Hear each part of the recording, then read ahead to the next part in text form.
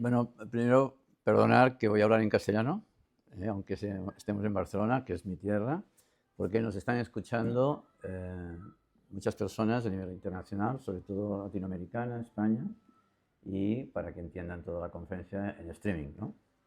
O sea, agradecidos por su existencia. Vamos a empezar presentando primero este libro, que está acá, que justamente recientemente, hace muy poco que se ha publicado, en base a unas investigaciones de más de 40 años en los Andes y publicado por la empresa, se ha tenido la suerte de publicar por la empresa de San Young, una empresa peruana, o sea, es una empresa internacional, pero su división cultural está en Perú, Lima. Y este libro se ofrece gratuitamente a todo el público en general a través de aquí, por ejemplo, tenemos un QR que pueden ustedes pasarlo, les bajará todo el libro, es ofrecido gratis, todo el mundo. También hay una edición de lujo para cuestión científica, etcétera, etcétera, que tiene este formato, ¿no? Este es el QR y tal, y si, por ejemplo, pues alguien pues aquí no puede acceder, en la página web esta de pirrambla.com, ahí pueden bajarlo, o sea, no hay ningún problema, ¿vale? Por lo tanto, todo el mundo puede leer este libro. Bien, digamos que para empezar y para centrar esa conferencia, que el contenido sería imposible hacerlo en una hora o después tenemos preguntas y respuestas, vamos a ver primero un vídeo de 2 minutos 30 segundos muy corto para podernos centrar en lo que después he hecho una síntesis difícil para tener un poco de comprensión del tema, que es un poco complicado, ¿vale? Entonces este vídeo es corto, no vamos a aburrir a nadie, pero puede ser interesante para todo el mundo, ¿vale?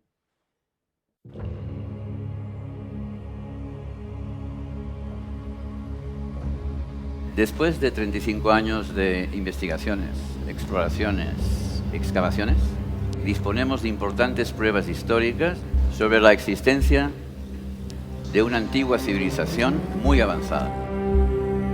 Una especie de cultura madre original, poseedora de conocimientos extraordinarios, ignorada por nuestra civilización actual. Esta civilización, sabemos en estos momentos, que decidió hace miles de años convertir los Andes en su hogar. Una civilización excepcional, poseedora de una espiritualidad trascendente, considerada divina o similar a los dioses.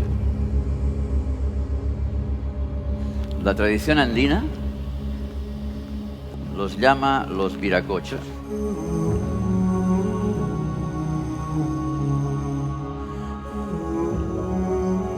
Es el nombre de los Andes. Pero en los registros históricos de la civilización occidental y indoeuropea, el nombre que se ha usado siempre en toda la mitología es la raza solar original del planeta.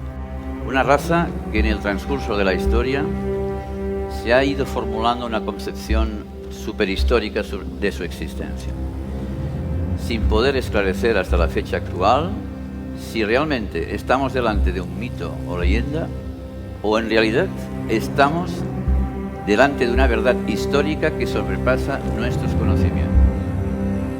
¿Somos conscientes de que estas afirmaciones van a provocar reacciones adversas por parte de toda la comunidad internacional, la parte científica internacional?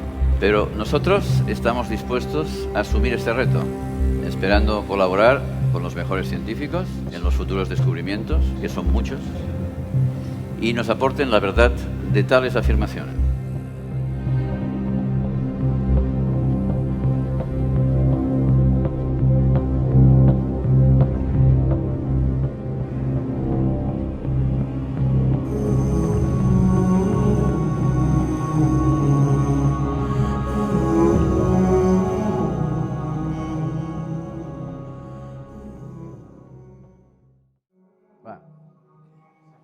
Bueno, esta es la introducción. porque centramos mucho la imagen y empezamos aquí la conferencia, en realidad. Esta raza solar original que acabo de mencionar, crearon en el territorio andino un espacio único y sagrado en este lugar del planeta. Esta raza. Eso también lo sabemos por la tradición andina. Un espacio diseñado mediante un modelo cosmogónico entre el polo sur celeste austral, la constelación de la Cruz del Sur y nuestro planeta Tierra, formando una interconexión única en su movimiento de rotación. Desde el hemisferio, este hemisferio, podemos ver en que si miramos el hemisferio sur, nosotros vemos constantemente, debido al movimiento de rotación de la Tierra, en que vemos que todas las constelaciones de estrellas tienen ese movimiento sobre un punto fijo. Ese punto es el polo sur celeste austral en astronomía. Y la constelación por excelencia que en realidad marca siempre este punto fijo en su rotación es la Cruz del Sur. ¿Okay? Esto es un hecho astronómico y sus dos estrellas gamma y alfa, que son las de acá, constantemente marcan a este punto fijo.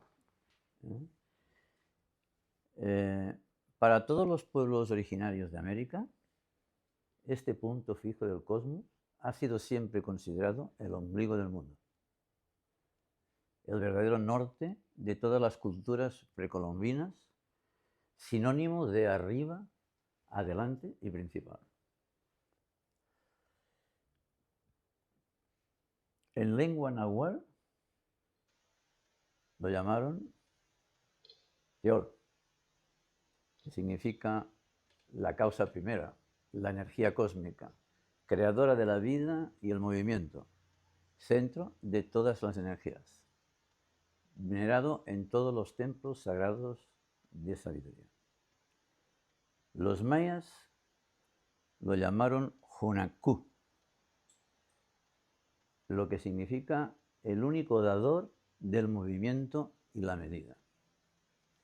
Y en los Andes, a este gran ordenador universal lo llamaron Illa Tichi Viracocha, que significa el felino luminoso, el Dios universal de todos los pueblos andinos, integrador y ordenador de mundos, considerado como fuente de luz, cuya imagen fue reproducida en múltiples representaciones conocidas y se mantiene vigente por milenios.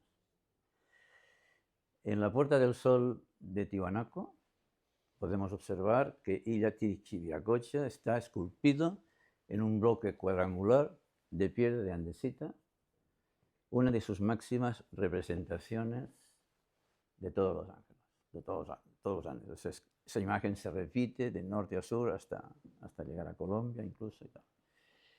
La Cruz del Sur que hablábamos es esta. Esta es lo que llamamos las dos cruces, las dos estrellas gamma y alfa, que apuntan a ese punto, y las otras dos de cruce. Informo esto porque más adelante veremos la importancia que tiene esta constelación para los pueblos de América, porque es la base después de lo que vamos a descubrir científicamente.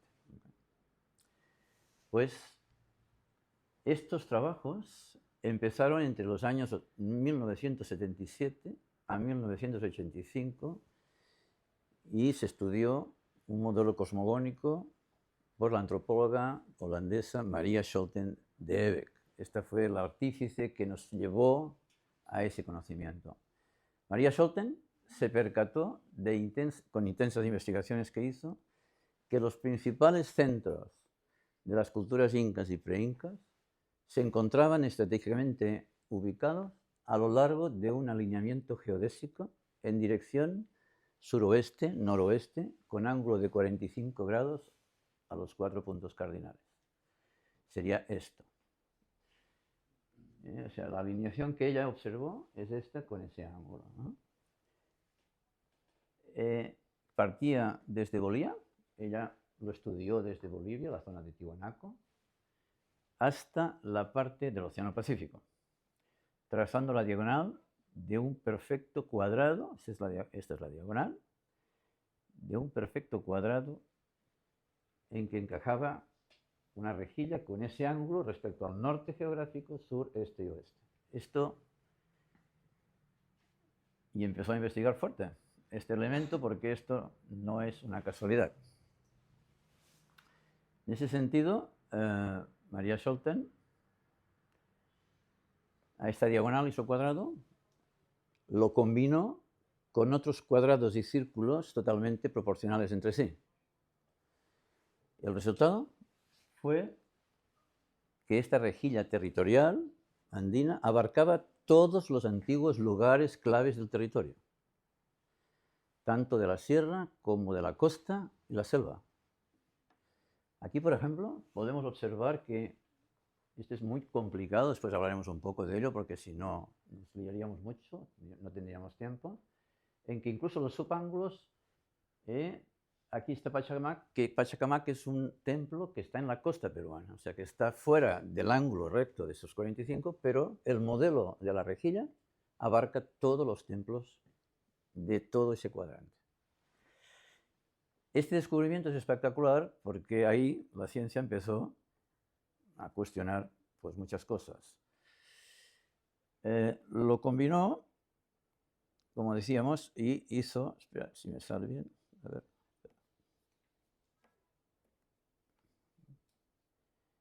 A ver si fallo yo ahora. Ahí está. Si aquí se ve un poco más. Porque aquí teníamos primero la línea principal, Tiwanaku, Pucara, Cusco. Las distancias son proporcionales. Y en cambio, con la rejilla geométrica matemática, empalma un templo importantísimo de Pachacamac, como otros que después incluso podríamos ver. Y además esta red cubre una extensión desde Argentina, Chile, Bolivia, Perú, Ecuador y Colombia, lo cual el tema es muy serio. Y atraviesa cumbres nevadas de más de 6.000 metros de altitud, bosques tropicales húmedos, valles fértiles, desiertos, sorteando dificultades en un territorio desafiante. O sea, es muy... Aquí vemos, por ejemplo, eso ya son muy hechas precisiones con Scholten, Tiwanaku, Pucara, Pucara, Ranchi, Ranchi, Cusco, Cusco, Ollantaytambo, Machu Picchu, Huánucar. Esta estamos descubriendo ahora, esto ha sido reciente. ¿Okay? Aún se tiene que, digamos, hacer los estudios, Cajamarca y tal. Esto solamente en esta línea. Y eso fue, en el fondo, el mérito de Scholten. Scholten, a esta alineación, le dio un nombre y además hizo un libro muy importante, estudios de muchos años, que le llamó La Ruta de Viracocha. ¿Por qué? Porque en el fondo la tradición andina pues hablaba de esa ruta, ya se hablaba de esa ruta, y que el nombre de Viracocha porque es como si Viracocha hubiese dicho, el dios Viracocha, ese camino, porque después hablaremos de los mitos que se interpretan mal, que son altamente científicos, pero le llamó la ruta de Viracocha, mencionada en las antiguas tradiciones, como también se llama el camino de Capagñán, el camino de los Capac, el camino de los justos, el camino de los sabios. Este es el significado en quechua. En el 2014, la UNESCO declaró el Capagñán Patrimonio de la Humanidad.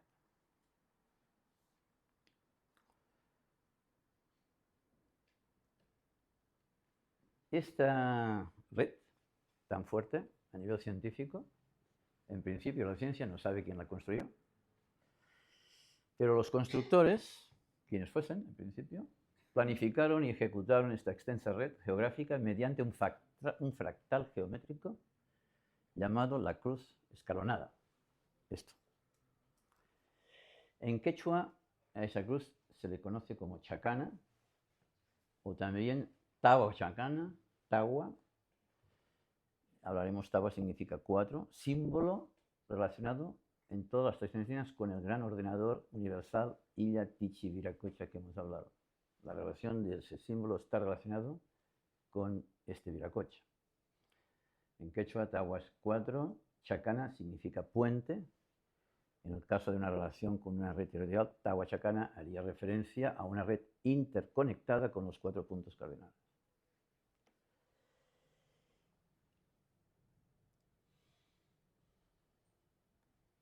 Aquí tenemos cómo se construyó en su origen. O sea, María Scholten también hizo sus estudios, pero ya otros investigadores entraron, en que esa Tahuachacana como fractal se derivó de las proporciones entre las 4 estrellas de la Cruz del Sur. Aquí tenemos la Cruz del Sur, A y B, la distancia es exacta, porque incluso los andinos lo que hacen con unos espejos de agua, lo que es el cosmos, lo bajan a esos espejos y pueden hacer las medidas en según qué momentos del año.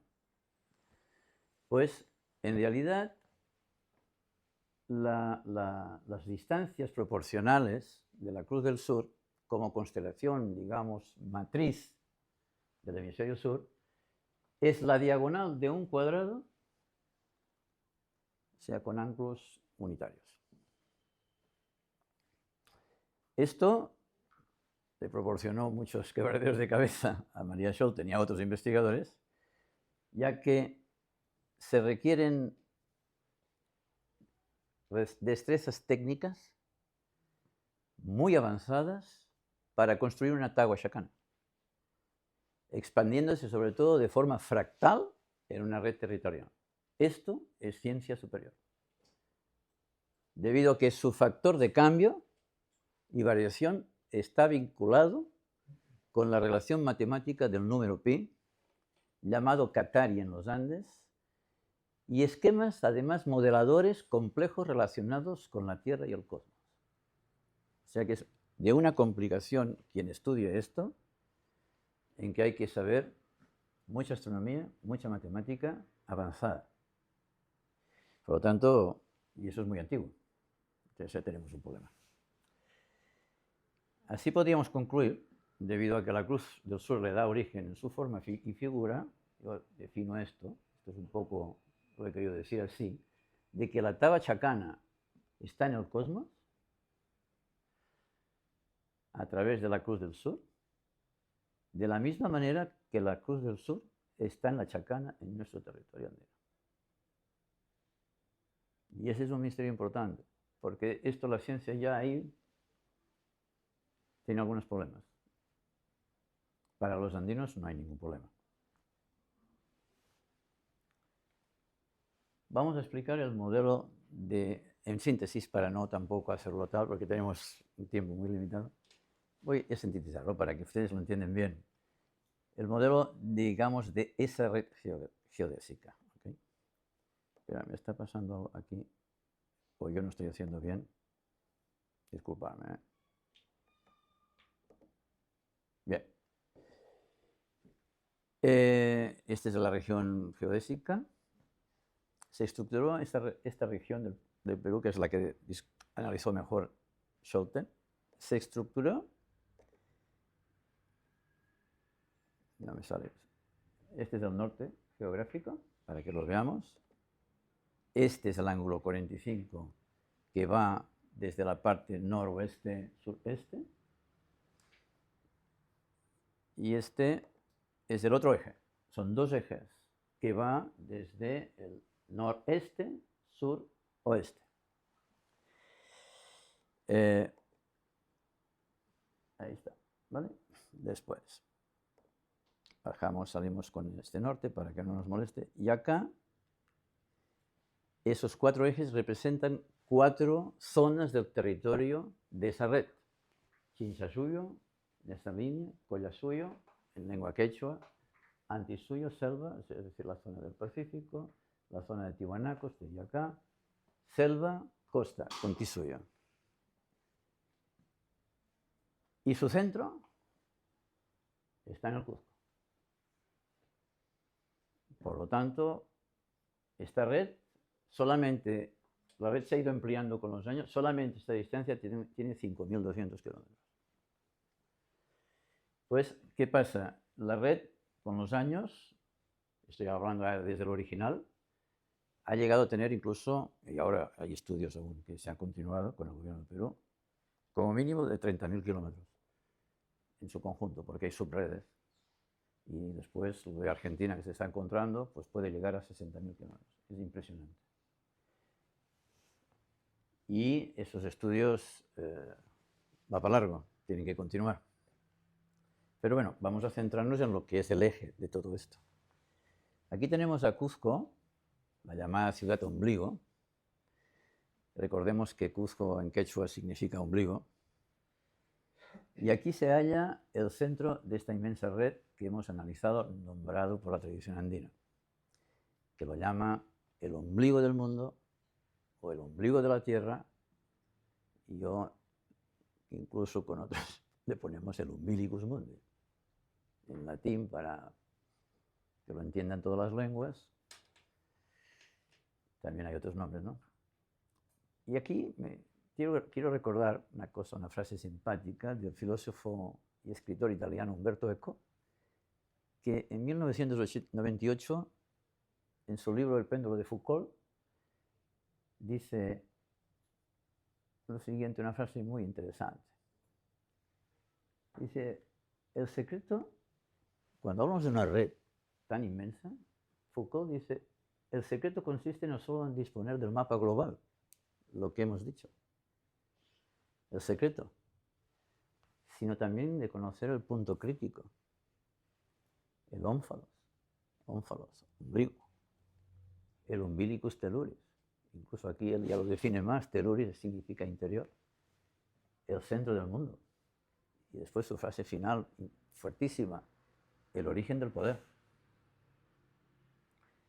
Me gustó esta frase porque supongo que Humberto conocía otras cosas.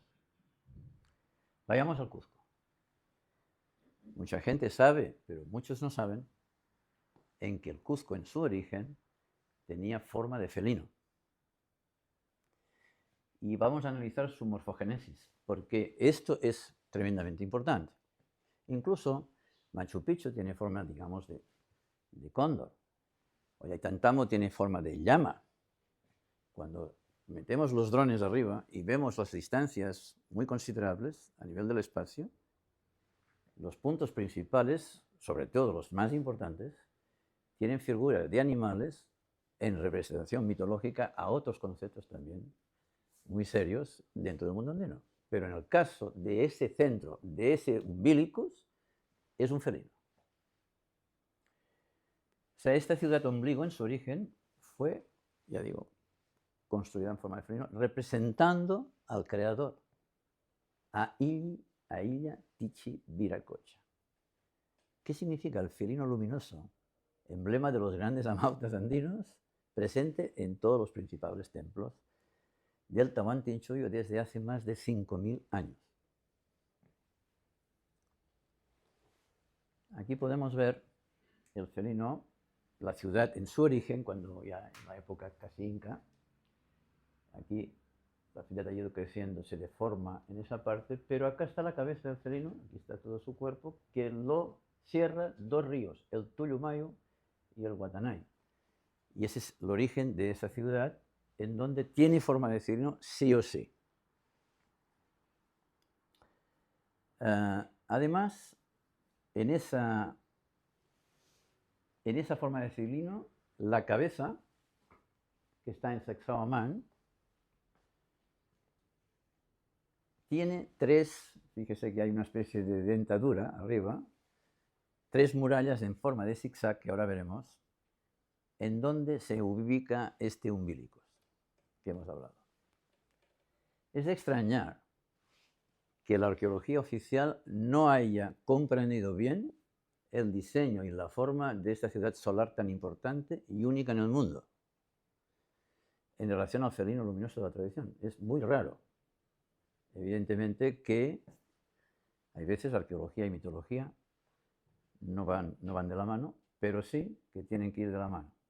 También hablo de una mitología altamente científica, que es otro tema importante para discutir. Los Kamasca Amauta Runa de los Andes, los mediadores entre el mundo físico y el mundo espiritual, se llaman los Kapakuna. O sea, los sabios amautas, los que entendían en astronomía, los que tenían una herencia cultural muy alta, que no conectó con los cronistas ni conectó con todo lo que hemos estudiado en historia y que nos ha venido. Porque ellos no comunicaron esto, no había tradición escrita, sino oral, y esos personajes en realidad no transmitieron a Occidente el conocimiento de esto que estoy hablando, que son los que entienden y canalizan las energías del cosmos, de la naturaleza, y los representantes de la divinidad en los Andes, y responsables de cuidar el conocimiento de este Umbiricus Mundi. Cuando vamos en los Andes y intentamos comunicar con según qué comunidad, según qué cosas, no vamos a comunicar. Y si comunicamos, será, digamos que, bueno, pues por encima.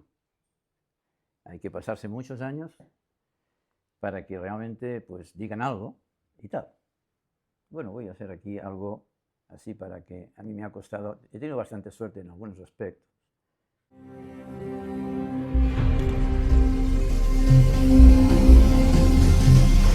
Okupacha, Kaipacha.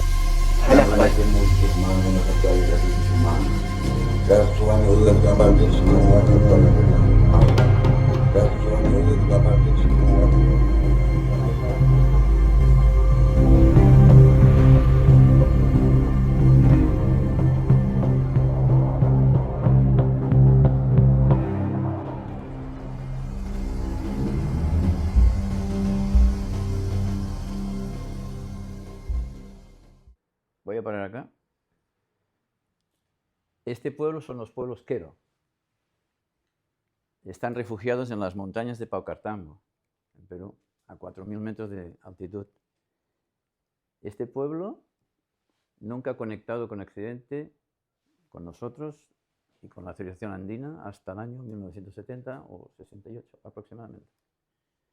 Y a partir de allí empezaron a bajar a Cuzco por primera vez y son los que conservan la tradición pura de lo que estamos hablando desde la época de los incas. No hemos tenido conexión. Hasta que estoy hablando los 70 incluso empezaron a bajar, pero hasta los 80, una cosa así. Yo llegué al Perú al 82. Pero en realidad ellos están repartidos por una serie, digamos, de jerarquías, Pampa Mesayoc, etcétera, tal, Alto Mesayoc, con diferentes conocimientos. Ellos tienen una tradición, sí o sí, que hay que escucharla. Hablan quechua, no hablan español. Teníamos que traducir. Pero ellos tienen contacto con esos Capacuna, que estoy hablando yo. Incluso hay algunos Capacuna ahí. Pero nosotros no sabemos. Porque ellos también los blindan. Es como, no sé. Occidente tiene un estilo, tiene unas costumbres, ellos tienen otras. Y eso se protege muy seriamente. Porque lo consideran sagrado. Nosotros podemos tener otro pensamiento, pero es igual. A ellos esto no les importa. Esta imagen, quiero que la vean porque esa imagen de ese centro, este lugar que estamos hablando, que después ahora intentaremos desglosarlo un poco, mucha gente lo conoce, evidentemente. La gente turísticamente va allí, etcétera, se queda impresionado. Es casi una cosa única, pero única en el mundo. Y cuando lo estudias mucho, pero fíjese usted esto.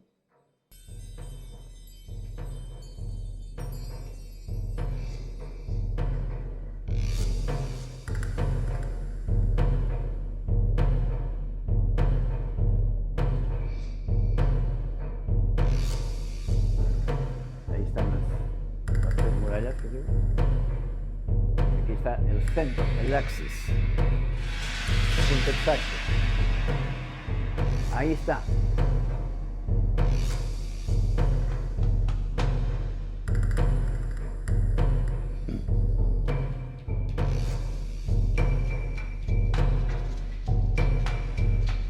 Ciudad del Cusco. O sea, la ciudad ya está acá. Ciudad del Cusco.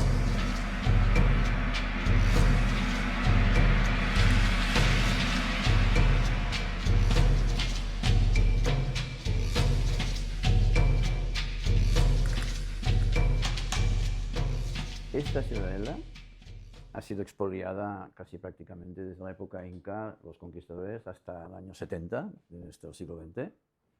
Y esto es un 20% de lo que vemos. Expoliada, destrozada, dinamitada todas las piedras para construir, digamos, palacios de los conquistadores en Cuzco. Cuando vemos la ciudad de Cuzco, las piedras más fuertes estaban ahí, las que pudieron sacar. Por lo tanto, no es la ciudad completa, pero vemos sus restos porque no se ha podido mover piedras de 300 toneladas. Pues, en realidad, esto que hemos visto es cuando haces el análisis astronómico, de mediciones geográficas, o sea, incluso de tipo de geolocalización, el punto de cruce está ahí, de una distancia de kilómetros, en ángulo de cruz de 45 grados. Bien, dentro de la ciudadela solar, en el mismo interior de esa ciudadela, en el Ucupacha existe una extensa red de túneles laberínticos, mencionados por muchos cronistas como el Inca Garcilaso de la Vega en sus comentarios reales, quien fue hijo de un capitán español y una princesa inca, en donde Garcilaso nos relata que estos túneles se adentraban hacia el mismo corazón de los Andes sin saber a dónde conducían exactamente. Bueno, nosotros estudiamos muy bien esto y hicimos un trazado de toda la ciudad, hicimos unas mediciones y hoy día sabemos que esta red subterránea de túneles está unida a un cordón umbilical que en las tradiciones andinas y en importantes documentos existentes del siglo XVI ha sido mencionado con el nombre de Chincana, nombre quechua cuya expresión se refiere al lugar donde uno se pierde. Y para analizar esto, vemos acá Cuzco. Disculpad con el PC que... Acá está Sacsayhuamán, donde está esta ciudadela que les he mostrado. Esta ciudad, aquí está Sacsayhuamán. Acá esto... acá está Coricancha. ¿Coricancha qué es? Coricancha es el templo del sol de los incas. Actualmente, encima del Coricancha está el convento de Santo Domingo, de los dominicos. ¿Okay? Pues, en realidad, y acá hay un túnel que une Coricancha con Sacsayhuamán. Este templo es un templo astronómico. Esto es una ciudadela solar. No tiene nada que ver. Aquí se calcula, digamos, toda la cuestión astronómica, nada más, aparte de que hay temas religiosos. Ese templo lo hemos investigado mucho y nuestro trabajo ha sido muy fuerte intentando ver todo esto. ¿Por qué hay una conexión entre ese templo solar y esa ciudadela solar con un túnel de esa magnitud de 1200 metros de distancia pasando por todo el Cuzco? Pues esto sí hicimos trabajos, aquí está el alineamiento, en donde además nos encontramos con una sorpresa, que este alineamiento, ahí está Sacsayhuamán, traspasa y cubre todos los palacios incaicos, o parte de todos los palacios incaicos, y algunos preincaicos, que son acá, sí, vamos a nombrar algunos. En el 1 está Sacsayhuamán, el 2 está Cocampata, se llama referencia al Inca Manco Cápac, al 3 Cora Cora, el Inca Sinchi-Roca, el 4 la Casa del Almirante, que es el Palacio de Huáscar, el 5 el Palacio Cusicancha, que es donde estaba el Inca Viracocha, el 6 el Amarucancha, donde estaban las Vírgenes del Sol, el 7 la Ainur, 6 no, donde estaba la Compañía de Jesús, que estaba el Inca Huayna Cápac, el 7 el Agriahuasi, disculparme, el edificio donde estaban las Vírgenes del Sol, el 8 el Lactuncancha, Palacio de Tupac Inca Yupanqui, el 9 Pucamarca, Palacio de Maro Tupac Yupanqui, el 10 el Cusicancha, Palacio del Inca Pachacute, y finalmente el 11 el Coricancha.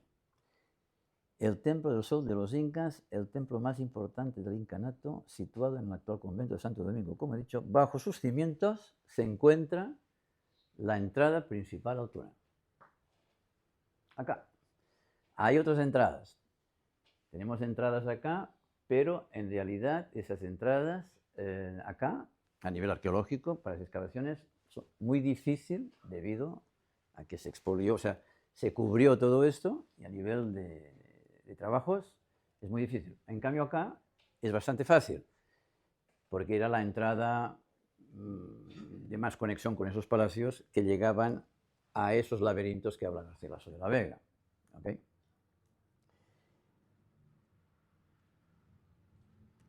Quiero anunciar algo importante, que a la llegada de los conquistadores españoles a Cuzco, la élite inca, porque el Coricancha estaba lleno de oro y plata, no podía entrar en el Coricancha ninguna pieza que no fuese de oro y plata, y estaba representado toda la naturaleza, o sea, fuentes, animales y cosas astronómicas, era impresionante. Y digamos que la élite, todo esto lo guardó debajo de los laberintos de Sacsayhuamán. Actualmente aún está ahí, para evitar ser expoliados. ¿Okay? Pues en realidad también tenemos un problema de tipo, porque en el Coricancha estaba representado para ellos toda la naturaleza. Entraremos en el Coricancha, en el Templo del Sol. Este es el Coricancha. El Coricancha no se ve. Aquí sí tenemos un muro impresionante, pre-inca. Los arqueólogos dicen que es inca, es pre-inca. Y este es el convento de Santo Domingo, que está encima. No digo yo que sea pre-inca porque lo digo yo,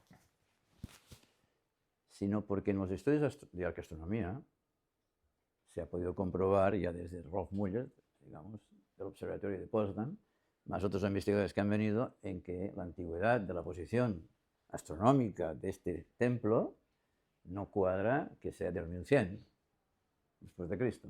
Como mínimo tiene 4000 años de antigüedad, según la arqueastronomía. Según la arqueología, no. Pero hoy día hay que unir multidisciplinas, porque no es inca. Después nosotros tenemos descubrimientos que no son incas. Aquí, por ejemplo, hay templos incas que están dentro del convento. Por ejemplo, imagínense usted la forma inca. Imagínense usted la precisión. Esto es andesita. Es impresionante el trabajo. Y sí, hay dos culturas, evidentemente. Hay la cultura inca y otra cultura pre-inca mucho más antigua.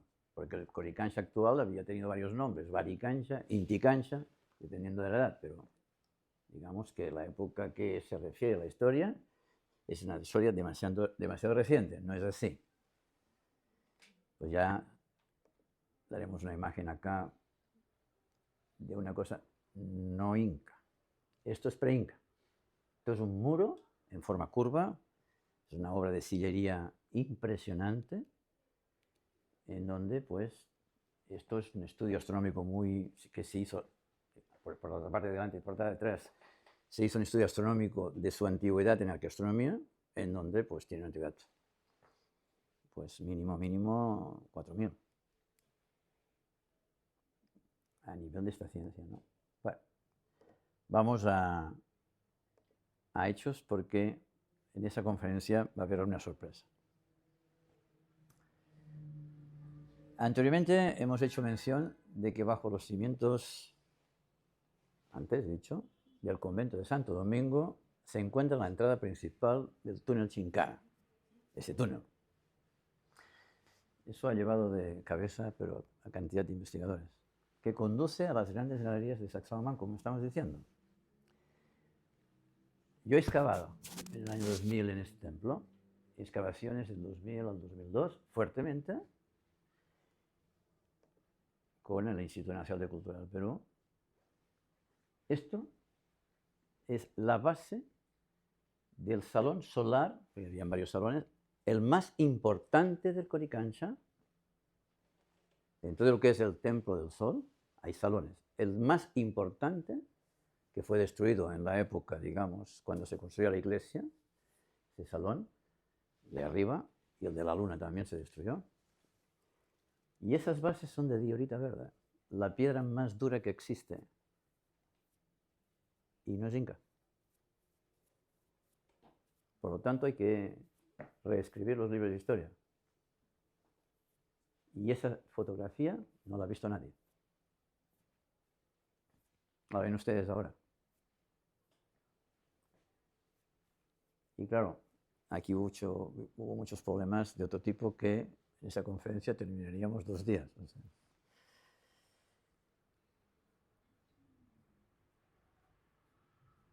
Bien, pues esto sí es lo que acabo de decir. Bien, hoy día sabemos con seguridad, 100%, de que la entrada al túnel Chincana se encuentra cerca de esas bases que acabo de enseñar. Estas las bases, estas las descubrí, y nada, ahí mismo hay una sorpresa, hay unas bases, se encuentran unas bases, al lado hay una cripta, al lado de esas bases.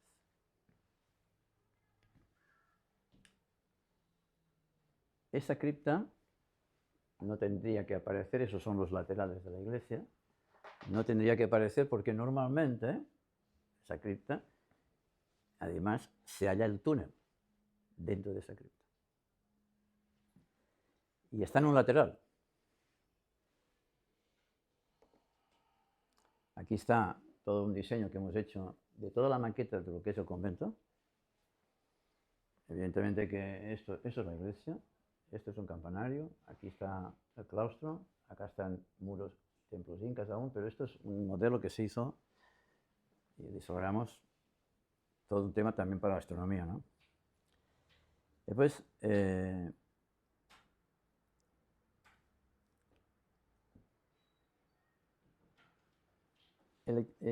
actualmente este sector y su conexión desde el Coricancha hacia el exterior ha sido completamente identificado hoy día, mediante el uso del georradar, utilizando un software de última generación que genera imágenes tridimensionales de alta precisión. Ahora se puede hacer. En época, cuando empezamos según qué cosas, pues no había según qué tecnología. Y les voy a dar ahora una imagen que lo enseño por primera vez. Yo no sé si, bueno, digamos que en esa conferencia he pensado durante todo este mes y medio de explicar una cosa del libro y tal, pero el libro es demasiado denso. Pues aquí tenemos un QR que ustedes lo pueden analizar, leer y tal, porque hay una explicación muy completa. Y en realidad lo que voy a enseñar ahora lo han visto muy pocas personas, pero digamos muy restringido, pero nunca se ha publicado y es primera vez. ¿Y por qué aprovecho en la Biblioteca Arús mostrar eso? Porque a partir de acá vamos a tener una serie de problemas, pero quiero que realmente la gente empiece a entender que esto no estamos hablando de ficción, ni de mitología, ni nada de todo eso. Y en ese lugar cultural de acá, con el trabajo del señor Berga y el trabajo del señor Grau, más la biblioteca y más lo, digamos, del señor Riemann, de la Biblioteca Filosófica Hermética holandesa, he pensado y he decidido exponerlo en este momento. Decían que esto es una leyenda, que esto no existe, que este túnel no tal, que no sé qué, que no sé cuántos. Cuando usted va a Cuzco, el tema de la Chincana y todo esto es Vox Populi, pero pasa leyenda. Es lo que pasa con la mitología. Y hoy día la ciencia no puede estar ya con estas cosas. O sea, usted ya lo sabe, señor Berga, que esto no puede ser así. Pues en realidad, vale, pero con paciencia y trabajo, Una cosa que no es, no es. Pero una cosa que es. Pues, ¿qué pasa? Tenemos la suerte que usamos tecnología moderna, ¿de acuerdo? Que antes había siempre esas lagunas, ¿no? Pero bueno, todo llega. Al final la verdad siempre sale. Bien. Esa es la imagen que ahora se va a grabar y que mucha gente en streaming no saben y les vamos a dar una sorpresa a nivel mundial.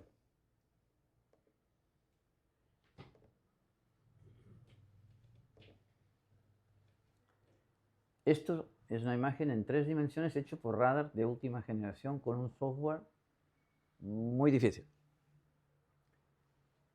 Esto es la calle, aquí está el Coricancha, allí está el otro palacio delante, esta es la calle, estos son 15 metros de bajada. Esa máquina puede analizar en perfectas condiciones hasta 15 metros de bajada y aquí la máquina allá, el túnel.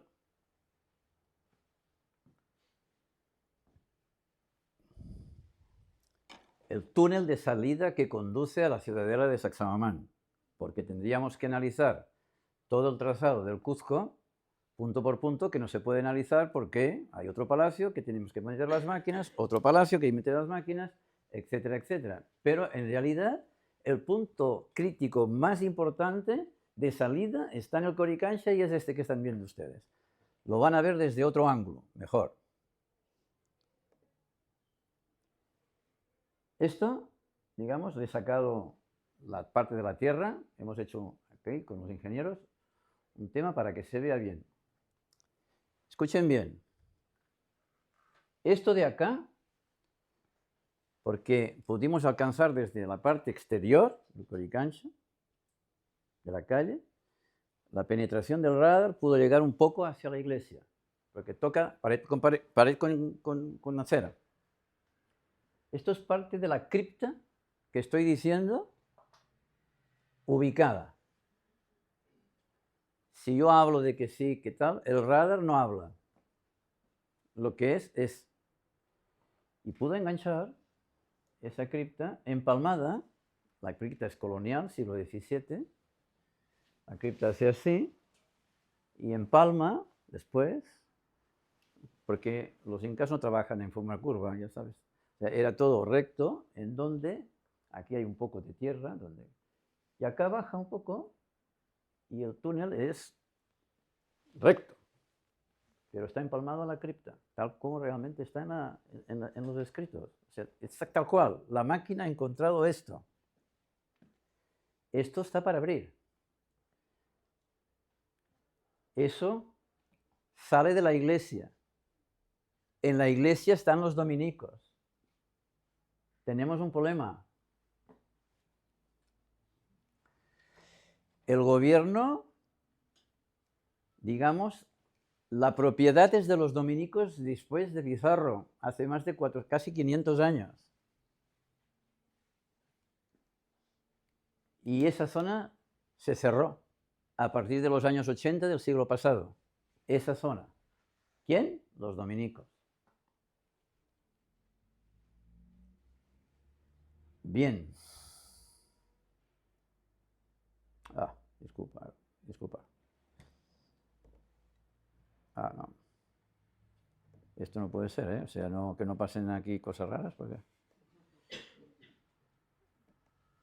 Ahora. No, para que vean el giro. Esa es la calle, ¿eh? Hemos peinado toda la tierra para que se vea bien la estructura. La estructura es impresionante, ¿no? Claro, eso no se puede esconder. O sea, el radar, cuando encuentra una cosa así... Ahora, nadie había metido un radar acá. Bueno, no sé, esta frase de Houston, ¿no? Como dice, ¿no? Tenemos un problema, ¿no? O sea, esto, pues, ahora podemos decir que tenemos un problema. Tenemos un problema histórico, ¿por qué? Ahora voy a hablar de otro concepto, que es que tenemos un problema histórico debido a un tema de propiedad, a un tema de Estado, y bueno, y a un tema, es que ya no sé cómo decirlo, pero es un problema. Todo eso era leyenda.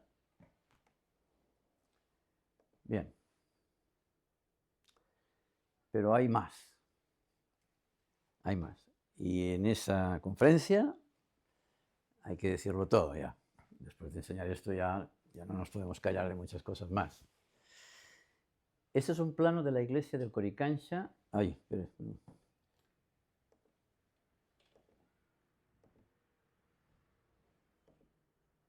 Tengo problemas con el PC. Este es un plano del Coricancha donde yo mismo he excavado con un equipo. Normalmente las iglesias cristianas tienen, digamos, 4 criptas, normalmente. Una en el altar mayor, debajo del altar mayor, una, o sea, este es el crucero y el ábside, una en el crucero en la parte derecha, una en la izquierda y una en el nártex, como la cruz de Cristo.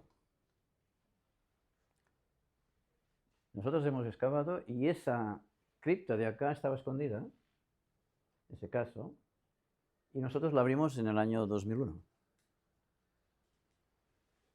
Y los dominicos no sabían ¿cómo es que no está la cripta abierta? Ah, no lo sabemos.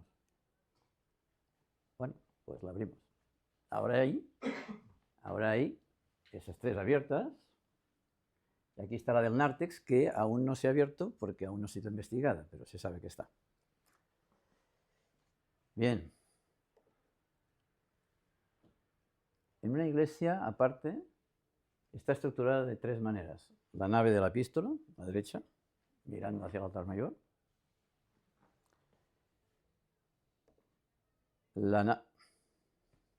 Disculpadme, no voy bien. Ahora. La nave central y la nave del Evangelio. Todas las iglesias. Bien.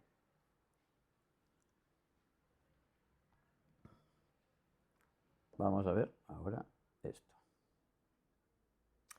Este es un dibujo hecho por mí, porque aún tenemos que abrir la cripta. Esta es la iglesia. Este es el lateral de la epístola. Esta es la cripta de bajada, este es el túnel que se ha descubierto que les he enseñado la imagen, que da a la calle. Por eso el túnel, ahí el radar, pudo ver el túnel y pudo ver el punto redondo desde afuera. O sea que en este dibujo muestro todo ese sector con conexión.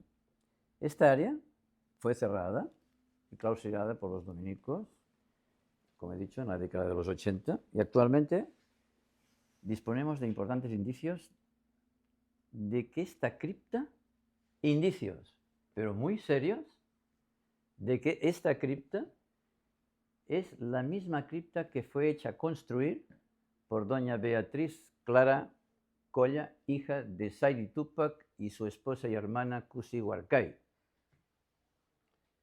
Después de muchas investigaciones, creemos que su precisa ubicación en este sector no fue accidental y cumple con un rol importante en el Coricancha debido a varias razones.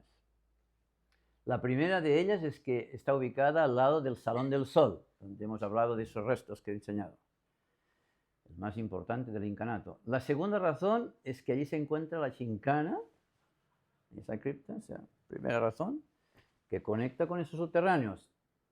Y la tercera razón, y no menos importante, es que después de muchas investigaciones creemos firmemente que esta cripta se hallan los restos de Tupac Amaru I, Saidi Tupac, su esposa y hermana Kusi Warkay, 3 de los hijos de Manco Cápac, nietos de Huayna Cápac y de la hija de ambos, doña Beatriz Clara Colla, que fue la que construyó esta cripta. Esos son los últimos incas reales descendientes de toda la herencia que sabemos y que fueron a Tupac Amaru, pues el virrey Torero le cortó la cabeza y tal. ¿Y qué pasó? Que doña Beatriz, la hija de Saidi Tupac y tal,